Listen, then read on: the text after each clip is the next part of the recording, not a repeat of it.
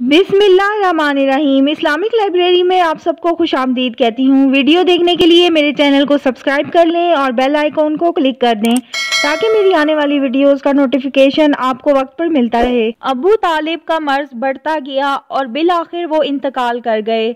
उनकी वफात शाब अबी तालिब की महसूरी के खात्मे के 6 माह बाद जब 10 नबवी में हुई।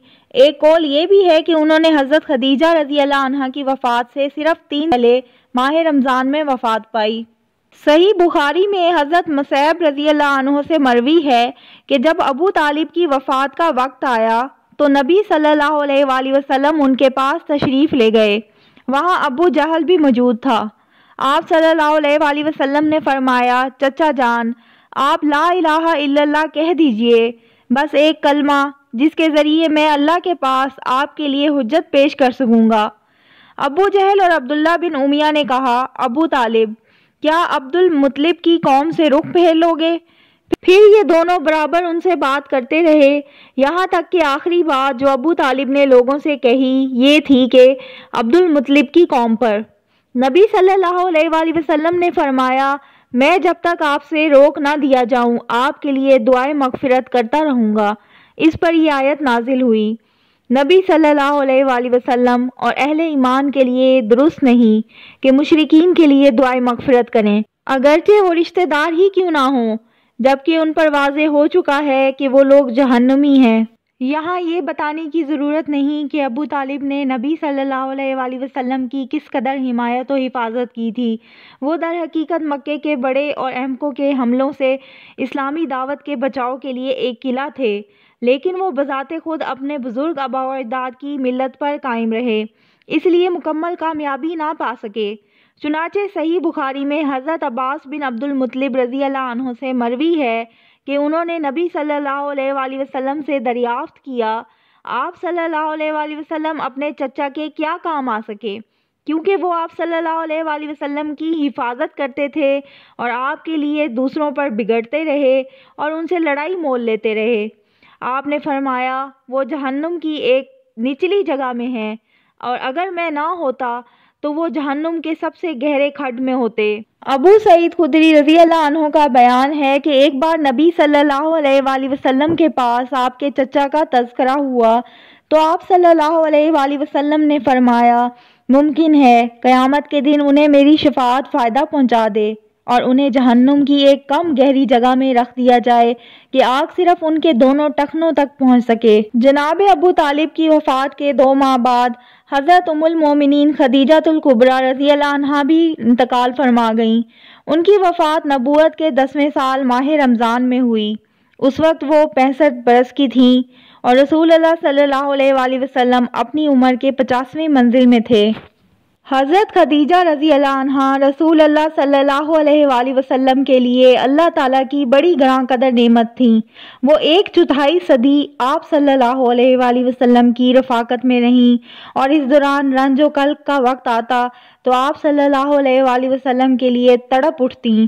संगीन और मुश्किल तरीन हालात में आप सल्लल्लाहु अलैहि वसल्लम को क़ुव्वत पहुँचाती, तबलीग रिसालत में आप सल्लल्लाहु अलैहि वसल्लम की मदद करती और इस तल्ख तरीन जिहाद की सख्तियों में आप सल्लल्लाहु अलैहि वसल्लम की शरीके कार रहती और अपनी जानो माल से आप सल्लल्लाहु अलैहि वसल्लम की खैर ख्वाही करती।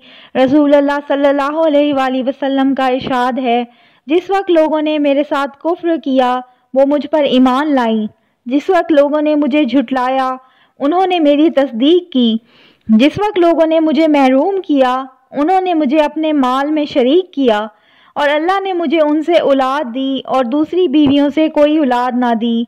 सही बुखारी में अबू हुरैरा रज़ी अल्लाह अन्हु से मरवी है कि हज़रत जिब्रील अलैहिस्सलाम नबी सल्लल्लाहु अलैहि वसल्लम के पास तशरीफ़ लाए और फरमाया, ए अल्लाह के रसूल, ये खदीजा तशरीफ़ ला रही हैं, इनके पास एक बर्तन है जिसमें सालन या खाना या कोई मशरूब है। जब वो आपके पास आ पहुँचें तो आप उन्हें उनके रब की तरफ से सलाम कहें और जन्नत में मोती के एक महल की बशारत दें। ये दोनों अलम अंगेज हादसे सिर्फ चंद दिनों के दौरान पेश आए, जिससे नबी सल्लल्लाहु अलैहि वसल्लम के दिल में गम व अलम के एहसासात मुअज्जन हो गए। اور اس کے بعد قوم کی طرف سے بھی مصائب کا تانتا بن گیا، کیونکہ ابو طالب کی وفات کے بعد ان کی جسارت بڑھ گئی اور وہ کھل کر آپ صلی اللہ علیہ وآلہ وسلم کو اذیت اور تکلیف پہنچانے لگے۔ اس کیفیت نے آپ صلی اللہ علیہ وآلہ وسلم کے غم و الم میں اور اضافہ کر دیا۔ آپ صلی اللہ علیہ وآلہ وسلم نے ان سے مایوس ہو کر طائف کی راہ لی کہ ممکن ہے وہاں لوگ آپ صلی اللہ علیہ وآلہ وسلم کی دعوت قبول کر لیں، آپ صلی اللہ علیہ وآلہ وسلم کو پناہ دے دیں اور آپ صلی اللہ علیہ وآلہ وسلم کی قوم کے خلاف آپ کی مدد کریں، لیکن وہاں نہ کوئی پناہ دینے والا نہ مددگار، بلکہ انہوں نے سخت اذیت پہنچائی اور ایسی بدسلوکی کی کہ خود آپ صلی اللہ علیہ وآلہ وسلم کی قوم نے ویسی بدسلوکی نہ کی تھی۔ اہل مکہ نے جس طرح نبی صلی اللہ علیہ وآلہ وسلم کے خلاف ظلم و ستم کا بازار گرم کر رکھا تھا، اسی طرح وہ آپ صلی اللہ علیہ وآلہ وسلم کے رفقا کے خلاف بھی ظلم و ستم کا سلسلہ جاری رکھے ہوئے تھے۔ چنانچہ آپ صلی اللہ علیہ وآلہ وسلم کے ہمدم اور ہمراز ابو بکر صدیق رضی اللہ عنہ مکہ چھوڑنے پر مجبور ہو گئے اور حبشہ کے ارادے سے نکل پڑے، لیکن برق غمات پہنچے تو ابن دغنہ سے ملاقات ہو گئی اور وہ اپنی پناہ میں آپ کو مکہ واپس لے آیا۔ ابن اسحاق کا بیان ہے کہ جب ابو طالب انتقال کر گئے تو قریش نے رسول اللہ صلی اللہ علیہ وآلہ وسلم کو ایسی اذیت پہنچائی کہ ابو طالب کی زندگی میں کبھی اس کی آرزو بھی نہ کر سکے تھے، حتیٰ کہ قریش کے ایک احمق نے سامنے آ کر آپ صلی اللہ علیہ وآلہ وسلم کے سر پر مٹی ڈال دی۔ آپ صلی اللہ علیہ وآلہ وسلم اسی حالت میں گھر تشریف لائے۔ مٹی آپ صلی اللہ علیہ وآلہ وسلم کے سر پر پڑی ہوئی تھی۔ آپ صلی اللہ علیہ وآلہ وسلم کی ایک صاحبزادی نے اٹھ کر مٹی دھوئی، وہ دھوتے ہوئے روتی جا رہی تھی اور رسول اللہ صلی اللہ علیہ وآلہ وسلم انہیں تسلی دیتے ہوئے فرماتے جا رہے تھے، بیٹی رو نہیں، اللہ تمہارے ابا کی حفاظت کرے گا۔ اس دوران آپ صلی اللہ علیہ وآلہ وسلم یہ بھی فرماتے جا رہے تھے کہ قریش نے میرے ساتھ کوئی ایسی بدسلوکی نہ کی جو مجھے ناگوار گزری ہو، یہاں تک کہ ابو طالب کا انتقال ہو گیا۔ اس طرح کے پے در پہ آلام و مصائب کی بنا پر رسول اللہ صلی اللہ علیہ وآلہ وسلم نے اس سال کا نام عام الحزن یعنی غم کا سال رکھ دیا اور یہ سال اسی نام سے تاریخ میں مشہور ہو گیا۔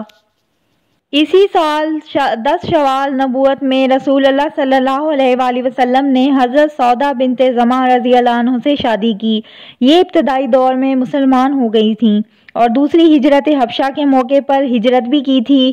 ان کے شوہر کا نام سکران بن عمرو تھا، وہ بھی قدیم الاسلام تھے اور حضرت سودا نے انہی کی رفاقت میں حبشہ کی جانب ہجرت کی تھی، لیکن وہ حبشہ ہی میں اور کہا جاتا ہے کہ مکہ واپس آ کر انتقال کر گئے۔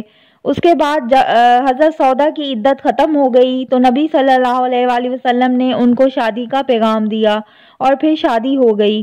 یہ حضرت خدیجہ کی وفات کے بعد پہلی بیوی ہیں جن سے رسول اللہ صلی اللہ علیہ وآلہ وسلم نے شادی کی۔ یہ تھی میری آج کی ویڈیو۔ اگر آپ کو میری ویڈیو اچھی لگتی ہے تو میرے چینل کو سبسکرائب کریں، لائک کریں اور شیئر کریں۔ اللہ حافظ۔